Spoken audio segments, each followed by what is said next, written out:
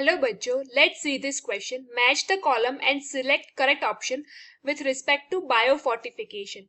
In column 1 we have maize, wheat, bathau and labalab.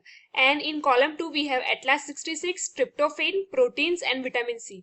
And based on the combination we have 4 options. Now the key concept that is applicable in this question is biofortification.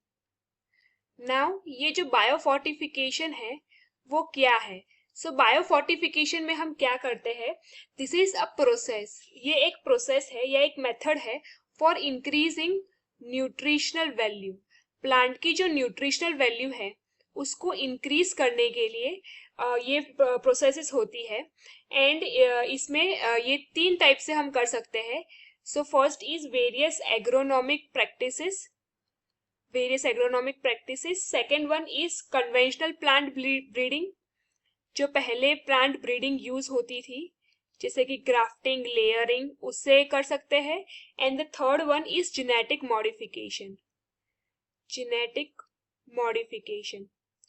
सो ये 3 method से हम biofortification कर सकते हैं for increasing the nutritional value that is helpful for improving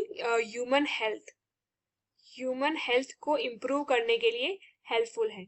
now हमें columns दिए हैं. Column 1 में दिया है क्रॉप्स के नाम एंड कॉलम 2 में दिया है उसकी न्यूट्रिशनल वैल्यूज या तो फिर कौन से न्यूट्रिशन इंक्रीज होते हैं through biofortification. So let us match. So first one is मेज.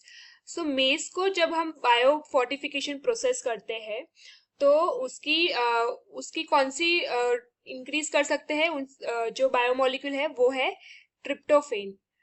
ट्रिप्टोफेन एक एमिनो एसिड है, तो बायोफोर्टिफिकेशन प्रोसेस से ये इंक्रीज कर सकते हैं.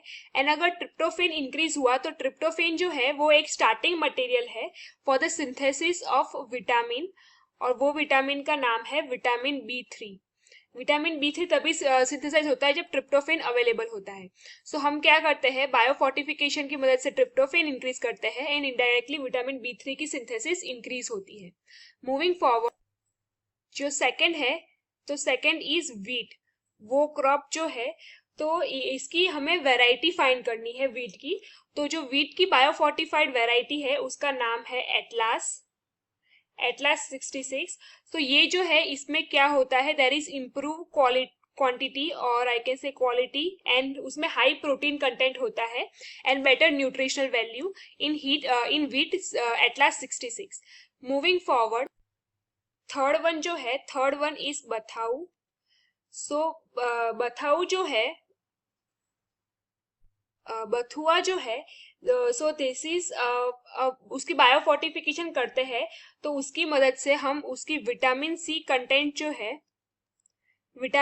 कंटेंट को इंक्रीज कर सकते हैं. And lastly fourth one is लबलब. सो लबलब जो है उसकी अगर हम बायोफोर्टिफाइड उसको मेथड यूज करते हैं तो उसकी वजह से हम उसकी प्रोटीन कंटेंट को इंक्रीज कर सकते हैं. नाउ ये जो लबलब है that is also known as hyacinth bean, इसको ये भी बोला जा सकता है. एंड बायोफोर्टिफिकेशन की मदद से हम उसके प्रोटीन कंटेंट को इम्प्रूव करते हैं.